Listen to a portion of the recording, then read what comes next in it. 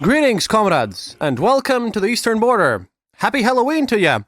Or, in some other cases, Happy Reformation Day. Because, well, those things are, at this point, both in Latvia, because Halloween's one of the traditions that have entered our collective consciousness and that we celebrate. So I thought, might as well do a Halloween special episode. I really haven't done these in the past, but that left me with a bit of a problem, since I speak about terrible, horrible things on a daily basis. Well, almost. Like, every show is something mostly bad. Sometimes fun, but, talking about gulags on Halloween is, kind of not Halloween. Besides, all the werewolves and vampires and ghosts on the planet combined, even if we presume they're all real, don't hold a candle to our beloved Uncle Joe and other dictators, So, let's go with something a bit more lighthearted here, since, well, I found a book my friend told me about some incidents too about weirdness in the Soviet military. This is going to be a bit more of a spooky episode. However, to be fair, something spooky about World War II is still more lighthearted than what we do usually, which kind of speaks volumes about what our show is when the Halloween episode, where the spooky stuff gets mentioned, is the sort of a lighthearted one. Yeah, that's a fun thing. We're still working on the Brazil episode, and we're going to have a special collab with the history of Georgia. There's a full name of it, History of Sacramento, Georgia. I can't really pronounce it properly, though, but this is coming. This is coming. We're recording later tonight, so that's going to be great. However, I wanted you to know that these stories are basically a bit of a tall tale situation. You can't really verify any of them, and they're he said, she said stuff, but these are sort of the urban legends that went through the Soviet military that soldiers would tell each other next to their campfire, and that all of them would, of course, swear were 100% and absolutely true. But, obviously, I will not guarantee their truthfulness, nor I will explore how truthful they may be. For that, go visit Scott and Forrest's Astonishing Legends podcast. I mean, they do all the supernatural stuff, and their show, by the way, is also why I chose not to touch on the Dyatlov Pass, because the Dyatlov Pass has been, well, done so many times already, and on podcasts that are my friends, no less, that by this point, a lot of people have done it, and I've actually given advice on some of those shows, so go check out those instead. But we have some stuff that is only available in Russian, which you probably haven't heard of, and this concerns World War II and the strange experiences that soldiers lived through there. So I hope this is interesting and some new material for all of you. And one of these sources that I have is a book by one Alexander Bushkov called Drugaya Ulica, or The Other Street, which is, well, something that all of you Russian-speaking listeners of mine should take into account. But yeah, happy Halloween, and let's try to be spooky. Oh, I should never try to be spooky again on the show, I suppose. Anyway, let's hope for a fun episode, and yeah, our webpage is being worked on once again, and it's coming soon, finally, because turned out we lack the PHP 7 upgrade on our servers. We've done that, now we have PHP 7, it's all gonna go back to the way it was. You'll also again be able to buy all the Rus and Sov stuff, and we're going to have our own merchandise, t-shirts and everything incoming. The problem with that is that we'll probably launch this with some sort of a fundraising Kickstarter stuff, but not that we need funds, just that we need to order the t-shirts ourselves. It's kind of not like the last time where you could just go and click and get the t-shirts done. This time we need to order them in batches. So to order the first batch, we'll be making, I'll announce it a bit later, I guess, in the next episode, a fundraiser where we'll show you the t-shirts more when the kind of all the site opens. So then you'll be able to pre-order them, and all the profits from that will basically go to making more t-shirts and mugs and hoodies and whatever, so that we have a stockpile of them. And after that first event, we will be just available for service, at least for a certain time. Why should you help us in this way when this comes out? This will also be mentioned in all the social media, of course, is because the first people who buy this stuff, well, they're getting their shipping free. Because you have to realize that, one, this is the era of the global pandemic, so shipping takes a while and it's quite costly. So we will be sadly adding the shipping costs later on. But for those people who will participate in this whole event, so that we could set up and, buy a bunch of t-shirts to mail you, basically, so that everything goes smoothly and without interruptions, for those people, we'll be sending them free of charge, as a gesture of goodwill towards you guys who support us. And yeah, I'll let you know when this pops up, because this has been such a long process of making everything run smoothly and testing things. It's been a bit of a challenge, and since I'm also doing a day job now, making ads, yeah, it's quite difficult to pull this off on time, and organizing people is a bit of a chore too. That's about it for the organizational part. Oh yeah, and of course, if you're a Patreon member, then I think we will set this one up so that our patrons will never have to pay for shipping for anything on the site. Just so, we'll set up something there as well, because I think that's just fair. And if you're listening to some ads here, if you become a patron, we post our episodes on Patreon without ads at all times, so go check that one out. And also, if you're from Ontario, Canada, well then please poke me. I think I'm running some political ads there, due to the fact that ACOST messaged us and told us that, well, they asked us, as you guys have an election or something coming, and I think that up until the December 2nd, we'll be running some political ads on the show. I just like to mention that I am in no way affiliated with a political party, and I think that you should vote according to what's best for you and what your political consciousness says. However, I also, like the Canadian election money, and even though I might not condone what they stand for, and I honestly don't know what the given party or parties will stand for, I presume that this show should be an avenue for critical reasoning and thought, and hey, if someone wants to advertise through ACOST on this show about something, well, then they might have found the show applicable to their interests, and I think that, well, maybe the listeners of the show are their potential voters or something, so I don't know. Let me know what the party even is or something. Just know that I'm not affiliated with them. They offered ACOST a lot of money, or so ACOST claims. This will be good for the revenue of the show, but I don't really know. I really don't know what they stand for. I just think that, hey, if they want to run their ads on my show, I'll let them. I just let them because, hey, we're a bit of an open platform where this comes in, and I can't really control my ads anyway. I know that, again, I have been advertising Lockheed Martin at one point. Okay, so when that's out of the way, let's get to the meat of the episode, since, well, we have a couple of stories for you to digest in this weird, spooky Halloween season. So, the first story is about the Soviet army in the south. Well, the first two stories will be about this. To give you a bit of a context, during World War II, the Soviets, together with the British, entered Iran. But that was, by the way, even before the Nazis attacked the Soviet Union. It was in early 1941. See, Iran had been kind of flirting with the Nazis for a bit. They had the situation where they had some Nazi troops there, sort of, kind of, and the government was mostly pro-Axis. They got overthrown and capitulated on the 31st of August, 1941, but there was a thing to basically create a buffer in case Turkey decided to invade there and to secure the oil fields. It was kind of a lesser-known theater of the whole Second World War. But yes, there was this Anglo-Soviet invasion of Iran together to secure the southern border. Iran had basically no forces, and it was, well, weird all around. And most of the first early skirmishes and everything wasn't really skirmishes, it was basically just some border clashes, some steppe, and everything happened in places no one really cared about. No one cares about the village with the 3 homes on the hill or whatever. But the Soviets kind of wanted to be more secure. Again, this happened even before the Nazis attacked the Soviet Union. However, at this point in history, we have to remember that, not like the Soviets cared that much. And the Iranis had some units of Germans there, the instructors and whatnot. It's a bit of a mess, really. I'm probably going to have to go into more detail on the whole situation with the lesser-known fronts of the World War II, since there were quite a lot of them, and it's a weird theater.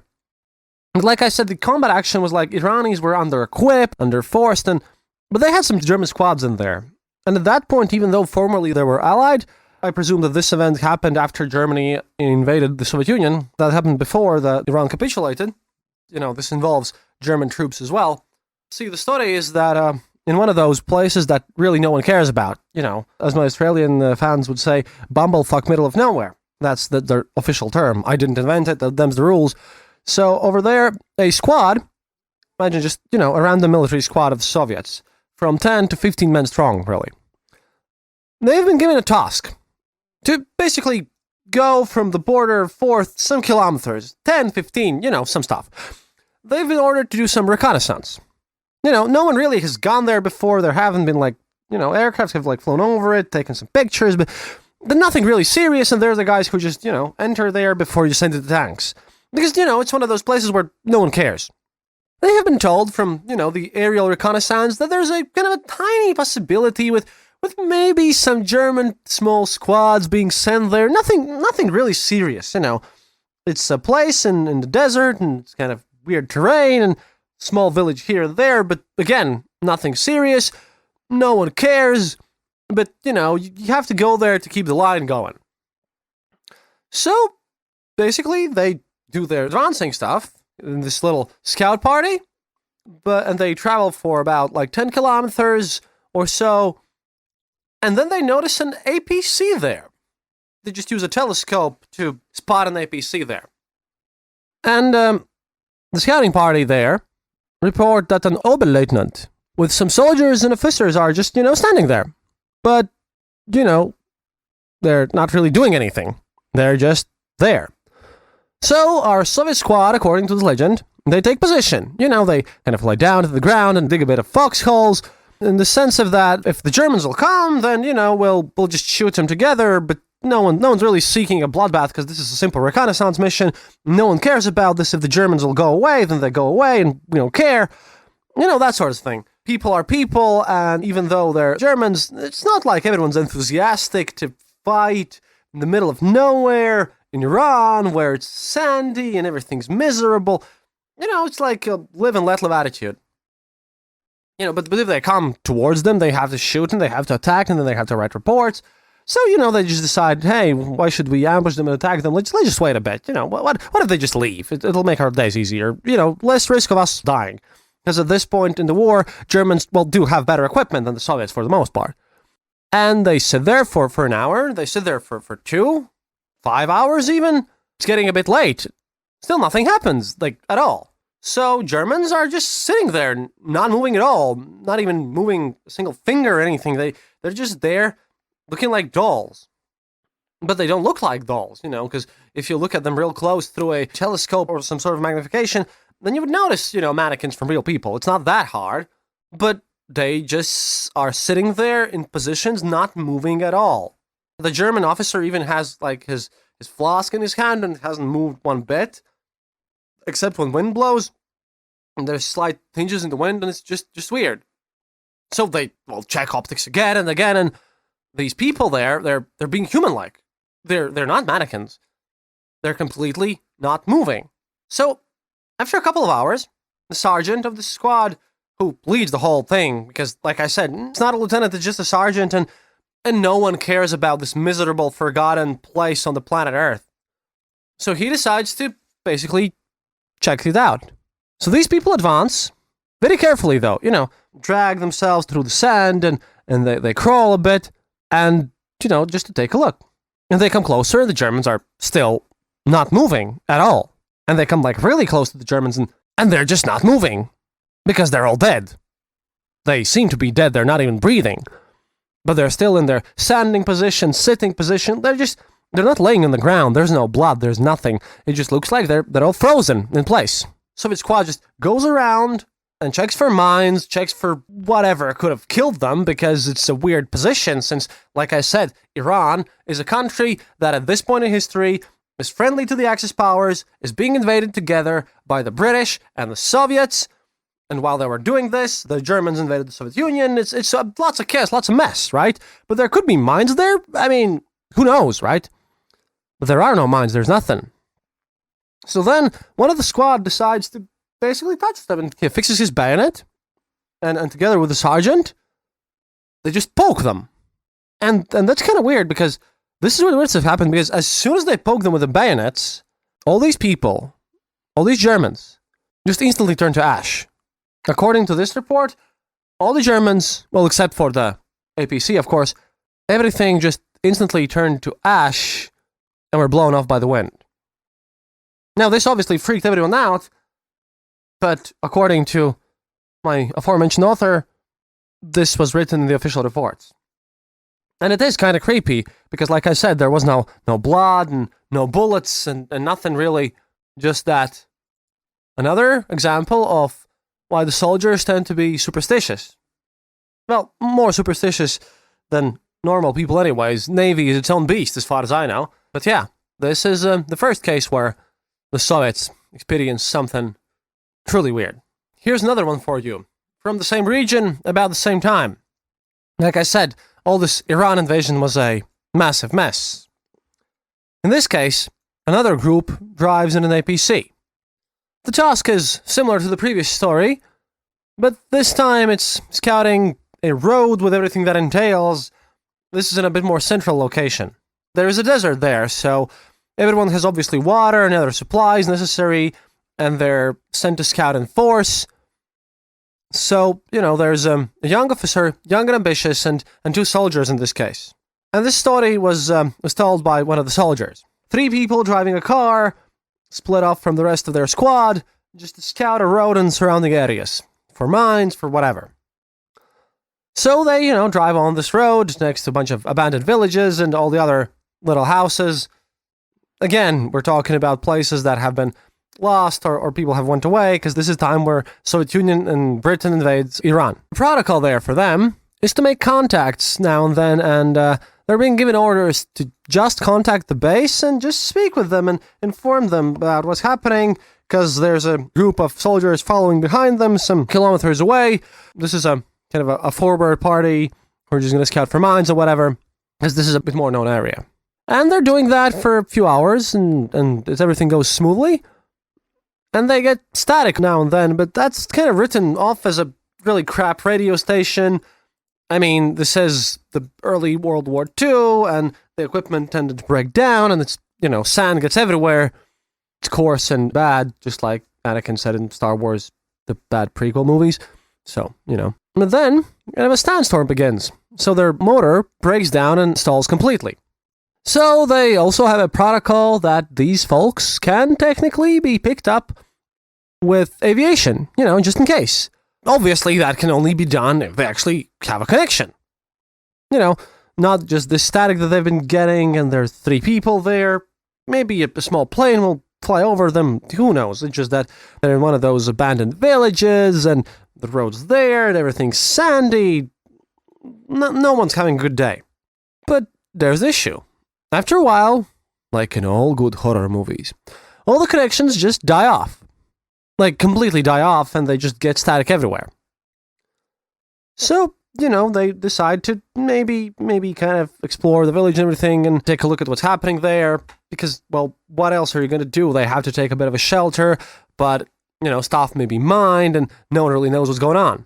So they move into an area that's just, on the outskirts of this village, that's basically just some houses built among dunes in the desert. So, they have scouted all through the village, everything seems kind of okay, they're doing their jobs, but the commander, at this point, the young and ambitious one, as they enter this position, the commander states, "Look, whoa, something's weird over there in the sand.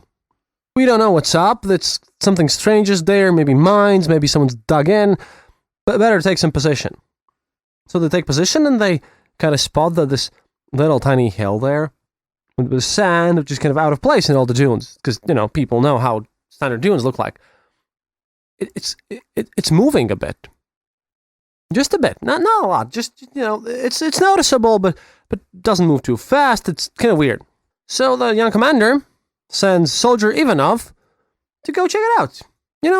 Standard procedure. Go poke it with a bayonet, tell it to surrender, explain to him the glory of Lenin and Stalin's teachings, then either bury it over there or just, whatever. Don't bring it home, it's bad for your health and the kids won't love it. So, Ivanov goes there, on this little tiny hill with sand and, pokes it, checks it out. But then he yells back to people, well, just It's basically just sand. There's nothing really there. So he decides that this is the last part of the whole village, and, no one will care. Just decides to turn around after reporting and to take a piss, really, because, well, what you gonna do? It's been a sandstorm, everything's bad, the motor's stalled, you've done your job, you've poked the little weird hill. But as he starts to take a piss, really, a small wind blows, the sand gathers around Ivanov, engulfing him, forming a sort of a cocoon around him, and then he's just gone. Ivanov disappears. The officer just is blinking and doesn't understand what's happening. Then the guy who told the story, he just goes there. And they think it's kind of quicksand normally. So, bit of a walk, some 200 meters. They just move towards slowly, because it's kind of creepy just to lose your squad mate, right? But as they come closer, according to the story, the wind blows and pushes the sand away. And what's left of Soldier Ivanov is just his metal belt. Soldier Ivanov was never seen again. But somewhere in the distance, they see another tiny little hill made out of sand sticking out of the dunes. How's that for a creepy soldier story to you guys? I mean, like I said, I'm not vouching for their realism. Might as well they've all been invented, but yeah. As if World War II wasn't creepy enough already. And I'm pretty sure if you'd ask your relatives who'd served in the army at the time, yeah, you'd probably hear something similar from people who served in the western parts of Europe as well. Hello there, thank you for tuning in into another episode of the Eastern Border. We are so happy to announce that this episode is brought to you by our friends at rusansov.com. If you're looking to buy new art, don't forget to use the code Eastern Border for a discount on us. Remember, head over to rusansov.com and happy shopping!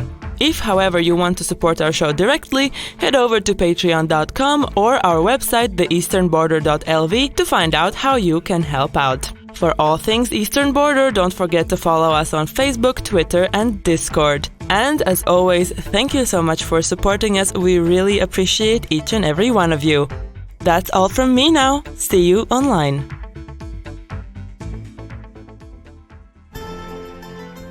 This podcast brought to you by RussianVoiceovers.eu. Enjoy!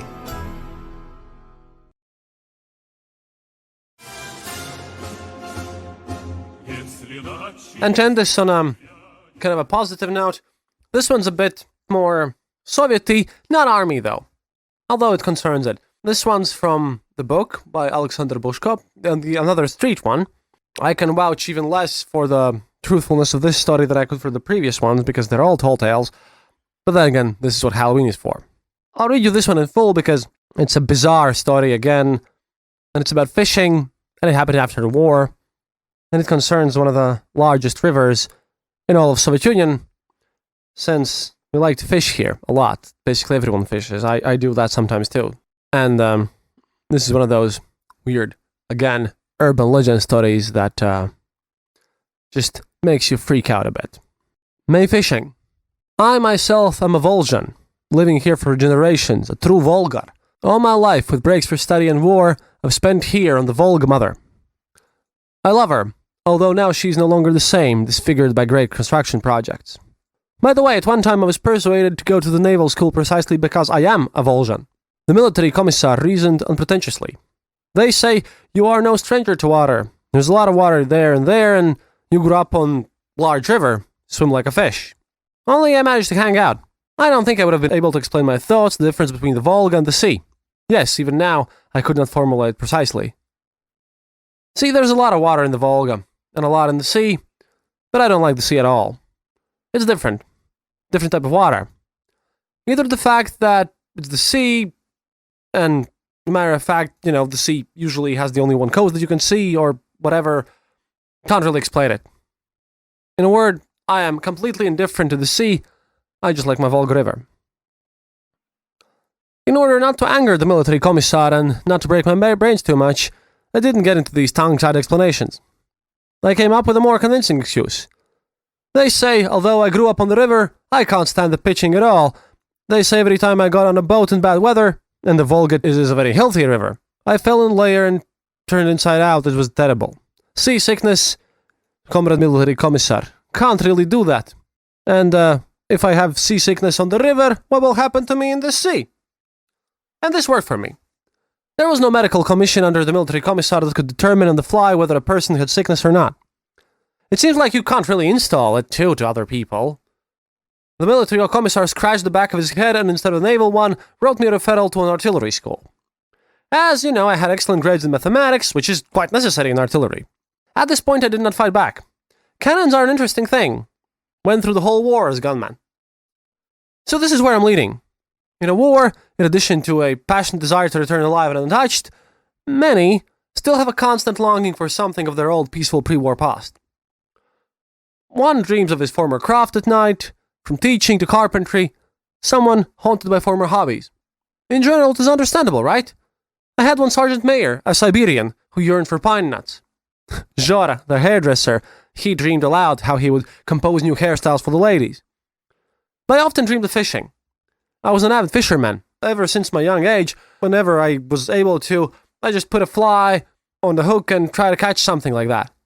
Well, after a while, time when we boys had, real hooks and real instruments, and sometimes a line, which was not braided from horsehair for once, but the real one, from a real shop, that's when you get used to Volga.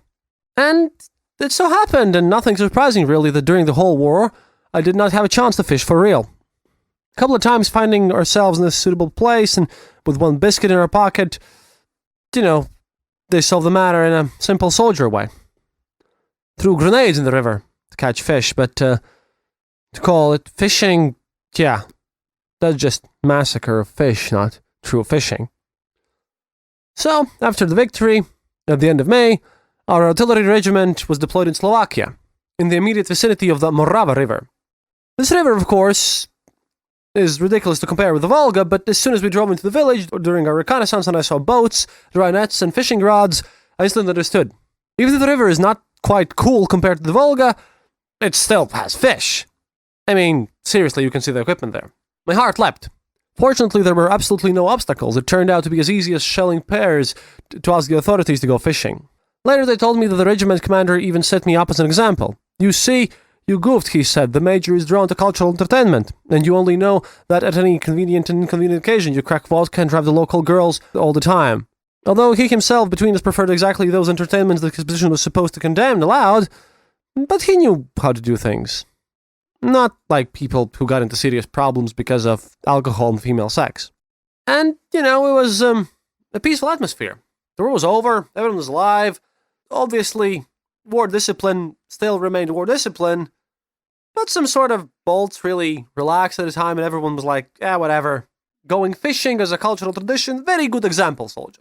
So, I made acquaintance with one Slovak. A respectable person, family, kept 3 boats, fed mainly from the river. As they say in Not in Vain, a fisherman seeks a fisherman from afar. The attitude of the locals towards us was excellent. A lot of things would be done for you out of sincere friendship, not to mention such a trifle as to borrow a boat with fishing rods. In general, the Slovaks are good people. I really like them. Czechs, somehow Czechs are slightly not right. And, kind of weird, too. And kind of language of the Slovaks is such that it's always possible, with difficulty, to each other and agree. Only it turned out, contrary to the proverb, it is more difficult for a fisherman than for others. The fish we have, and that they have in Slovakia, have different names. And if there is no freshly caught or fish or pictures at hand, then it's impossible to understand what kind of fish he's telling me about, the Slovak guy. You can't really come to an agreement on the fingers or just show with your hands, because, a salmon is a salmon, and various animal names really differ between languages. A side note here, salmon is lasis in Latvian. Almost no similarities, really. Even if I don't even know what kind of fish I'm catching, I still enjoyed it a lot. Moreover, it's easier to agree on details. Where are the fishing spots, what to fish for? That's much easier to understand. In a word, after a couple of days I went to fish in the morning dawn. The river in these places is wide and deep, navigable. The current is slow, and I floated downstream almost not working with my oars. The dawn was approaching, and, my soul was so singing that words can't describe it. It was amazing. And I felt alive, and my arms and legs were intact. Something is screwed on my chest and tingling, and my parents write that they're alive and well, and the girl I like, and I know is not married, and now she's just there, and everything felt like weird gambling anticipation. I felt good after all this war. I easily found the place that my Slovak friend Pan Kovalik was describing. Here it was, a scrap. And a grove here. And under a scrap in the bottom pit, the fish settled for the night. Basically, I didn't understand what kind of fish, but the locals had been catching them from time immemorial, and, well, apparently they were quite big. Although, knowing our fishing habit and fishermen, the sizes, could have been halved and maybe cut down even more. I didn't really care. At the point, I was so happy because I was alive, my family was alive, the war had ended, and I was just fishing once again. When I hit the spot, carefully, very carefully, I lowered the anchor overboard. A simple weighty boulder in a secure canvas bag. I etched out the rope until it felt like a ring on the water. That's it, anchored. I set up 4 fishing rods. Turned out that my hands themselves remembered how and what exactly, pure muscle memory. 4 floats lay on the salt water. All that was left was to sit and wait for those with incomprehensible names to get their sleep down there, get their food. And, maybe they want to have some breakfast. I wrapped myself up in my grey coat more tightly. It's cool in the morning in Slovakia, and even more so on the river. So, I was just sitting there, mindlessly and peacefully enjoying life. The sun was already risen above the horizon, the fog was gradually melted away, and everything was just so silent. Only sometimes quiet, indistinct babbling, splashing, bubbling was heard, but this was familiar to me through and through because, the river is always filled with such various sounds, which often can't be named, and that's why I feel it all at home. Of course, you can't compare this river with Volga, but let's not get picky here. And this is the moment where the thing, appeared.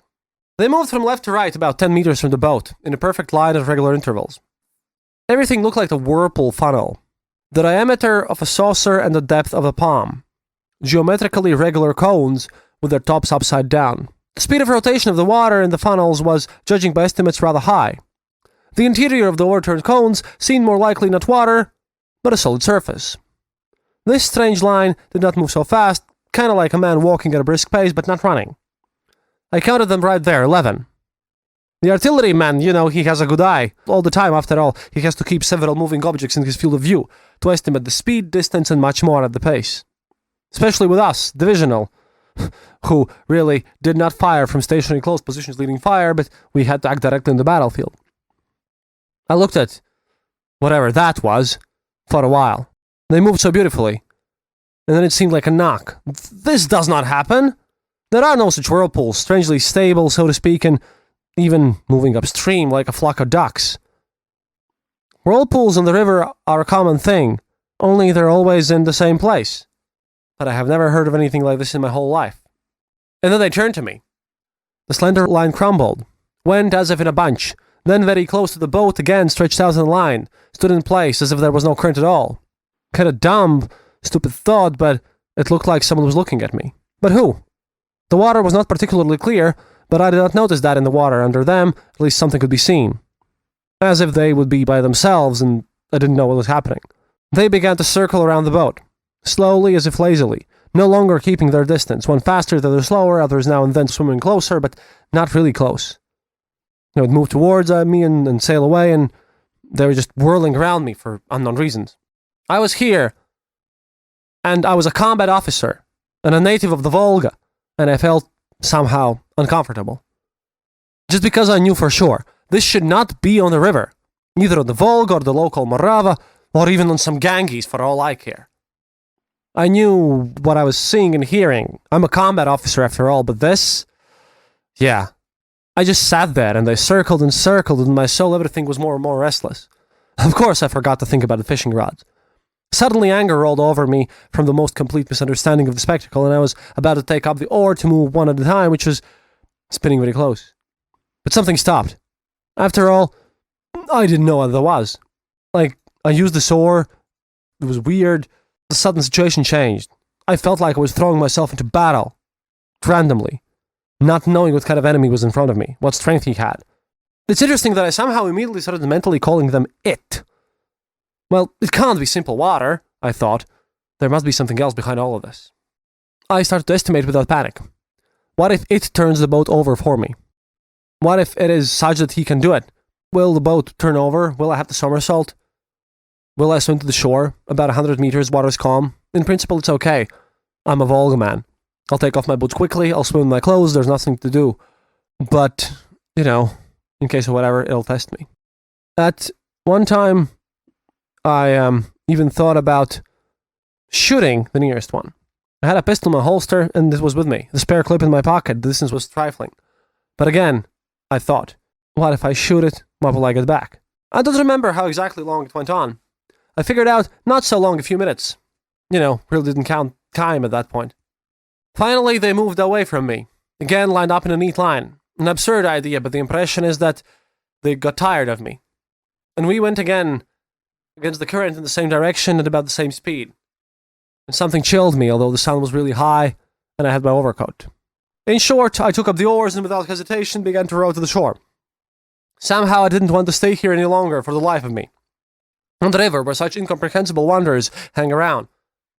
This surprised me the most of all, but what was really there frightened me. Of course, the river is something that, could be weird, but this clearly did not fit into historical materialism, stuff we've been taught at schools. I myself did not come across anything like that either before the war or after on the Volga, but the old people and the younger people told all sorts of things. And the catch is what people often told, who are not at all inclined to compose fairy tales and play their own. I don't want to say that I believed in them 100%, but in life, anything can happen. Pan Kovalyek, of course, was terribly surprised to see me dock without a single fish. I described to him what and how and whatever, and, the full impression that he himself was seriously surprised, scratches my head and swears again, and tells me that this is the first time he hears about such a curiosity. We went with him to the inn, to the Pan Harach. He spoke Russian very decently. He surrendered to us as a prisoner back in the 14th year.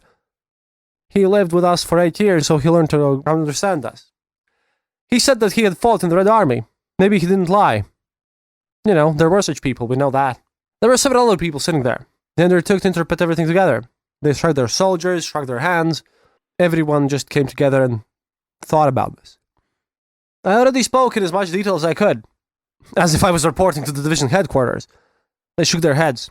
Never happened. Only one grandpa. He mostly listened. Didn't go into the chatter. He puffed on his pipe and said something like this. If you live in the river for 100 years, you will not be fully able to comprehend it until the end. Very true, from my opinion. After that, caught fish there heartily, but exclusively from the shore. Somehow I decidedly did not want to swim out to the rapids after such a meeting. I hate the things I don't understand, and I never saw these strange whirlpools again. And if the locals did see them, no one told me about it. And here's another thing. As if for some time after, they were a little cautious on the river or something. Pan Kovalyek 2 days later sailed away for an hour with the local priest, and I'm pretty sure he went to that very favorite spot of mine. And quite clearly, not to catch fish.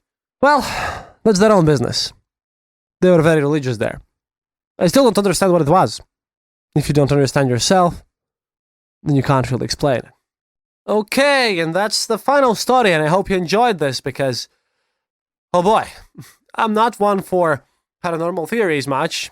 I am interested into all sorts of futurism, which is why I want to do one with Isaac Arthur too, but I hope you enjoyed these weird and spooky tales in this Halloween or Reformation Day for all of you Lutherans out there who celebrate that thing.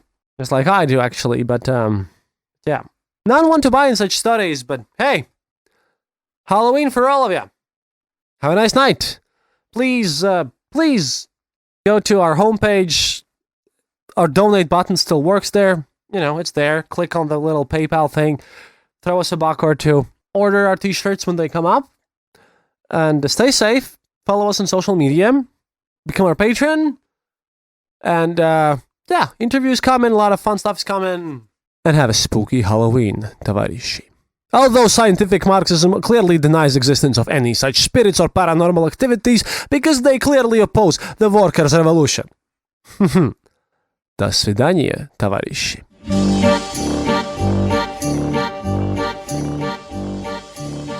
Thank you for listening to the Eastern Border Show. If you have any questions or comments, go to our website, theeasternborder.lv, and leave a comment there. Or email us at theeasternborder@gmail.com. We'll be sure to answer. You can also follow us on social media and contact us there. If you enjoyed this episode, then leave us a review on Apple Podcasts and tell your friends about us. It really helps us grow the show. And remember, happiness is mandatory.